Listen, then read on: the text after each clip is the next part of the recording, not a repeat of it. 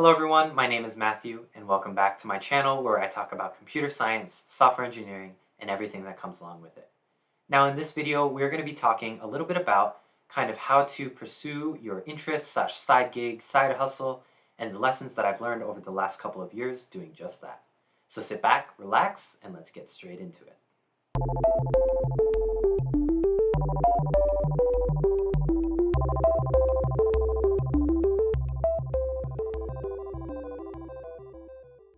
So recently, especially with the New Year's, I've been thinking kind of about how I have managed my time and kind of pursued my goals over the last year. And really, I was kind of thinking, I would share those reflections and my tips on just really how to manage your time and how to kind of just manage the whole thing of a side gig, pursuing your interests on top of, either if you work a full-time job or if you are a full-time student, different environments where, you are doing that for the majority of your day on weekdays at least, and, you want to do something on your side time.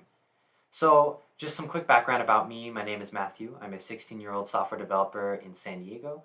I do work as a part-time software engineer at a local company where I do web development or full stack web development.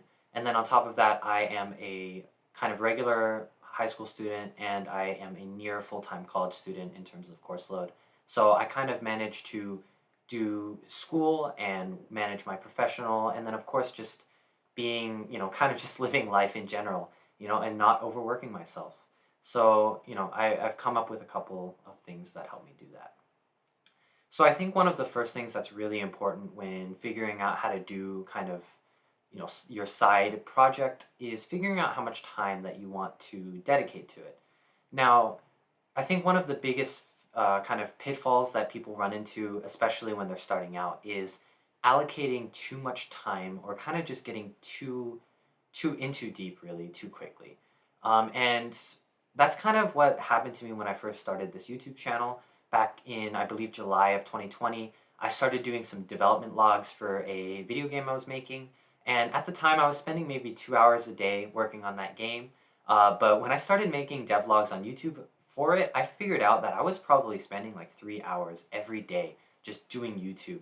And honestly, I'd been programming for years while like YouTube, filmography, videography, just editing, everything that comes along with it, I had never done before. It was a new skill to me.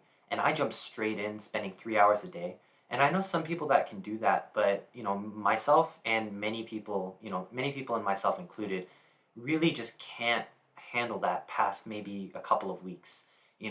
It's really about finding the right balance. So like when I started this YouTube channel again the second time back in November, or just a couple of months ago, I really kind of just said 1 hour a day, or not even just one video a day, of a simple kind of format of video.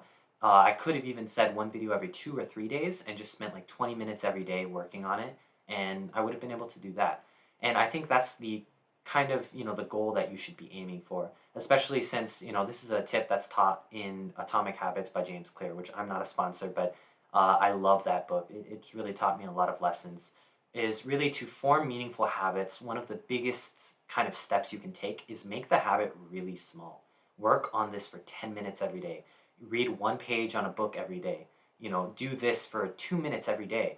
And, what you'll end up finding is you spend a lot more time, but the weight of kind of expecting yourself to do 4 hours of something every day or 3 hours or do an entire blank every day can be really daunting, especially on days that, we as humans always go through ups and downs, kind of highs and lows. Everything comes in waves, really.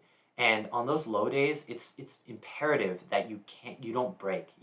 Your habits may work when you're enthusiastic, but how about when you're not? How about when you're feeling down? How about when you're feeling like stressed, burnt out? How can you make it so that these habits aren't like, really increasing that stress? How can you make it so that these are sustainable habits, including like making YouTube videos every day?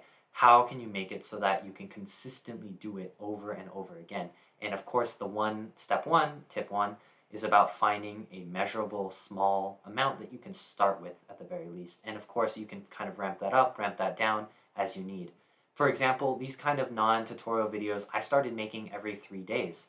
But recently, I found out that was causing me quite a bit of stress, doing on top of my other things. So I'm dialing it back down to 4 days and maybe to 5 in the future. It's all about striking your balance. And kind of the second tip that I have is exactly what I just said.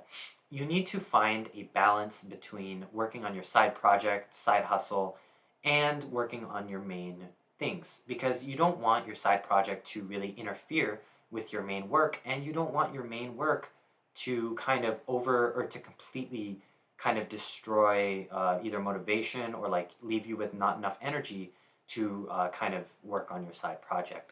So it's all about striking a balance. Now, of course, this kind of can be remedied with the similar tips I offered previously. Is really don't bite off more than you can chew. Of course, you want to start small and learn to really just balance. And I think one tip that goes a long way is just not taking it too hard on yourself.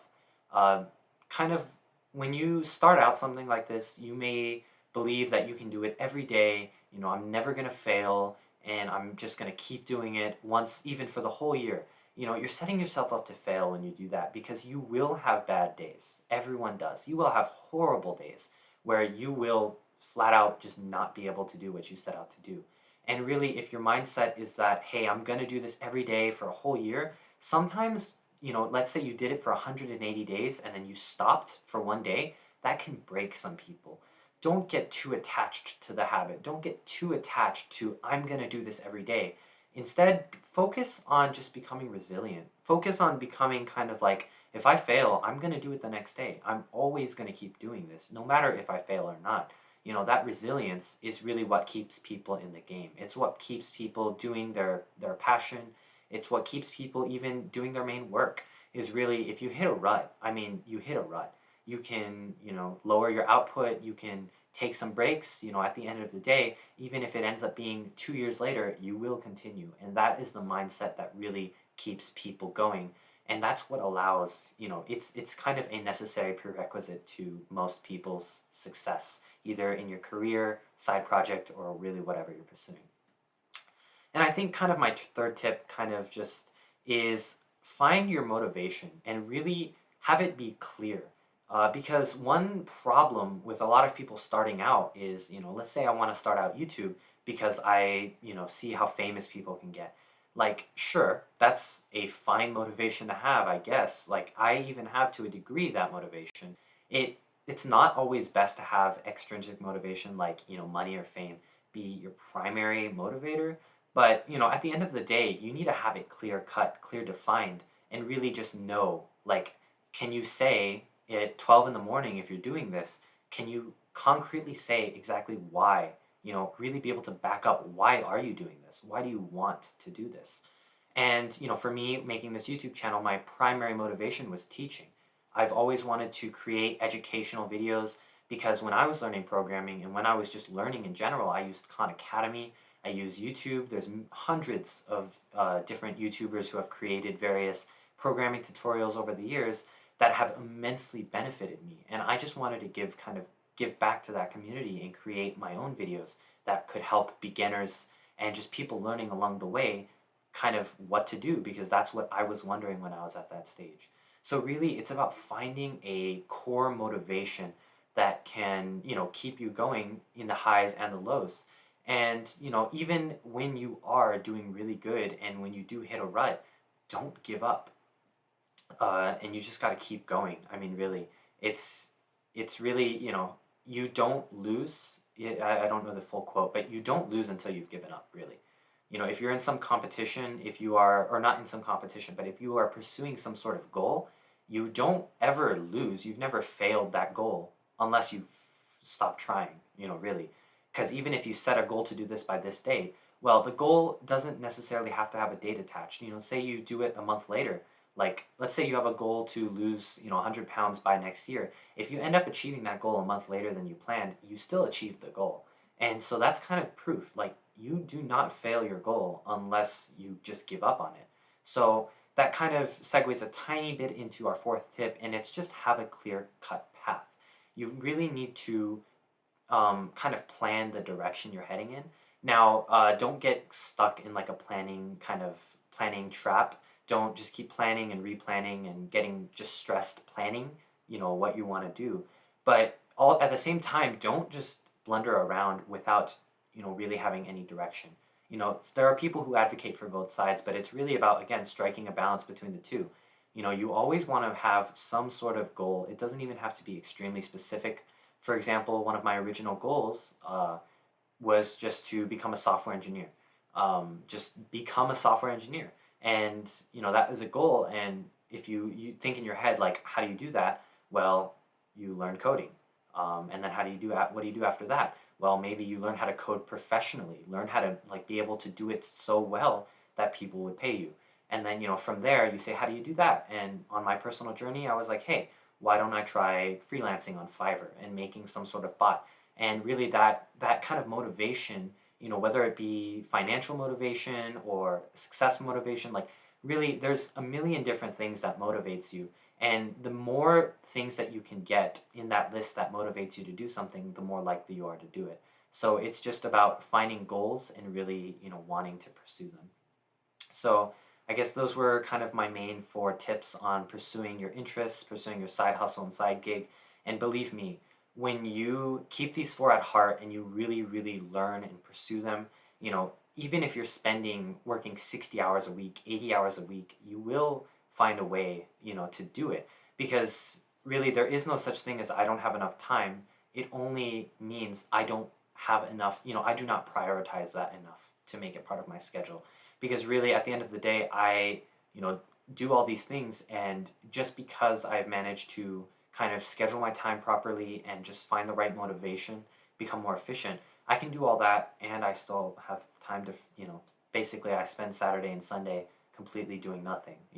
So it's all about time management as well. And, those are my main tips for you. So if you want to see more videos like this, you can check out my tech and career playlist, which is linked in the description, where I upload now every 4 days and possibly every 5 days in the future. If you enjoyed this video, please consider giving it a thumbs up, subscribe, and hit the bell icon for notifications whenever I post new videos. Thank you for watching, and I'll see you in the next one.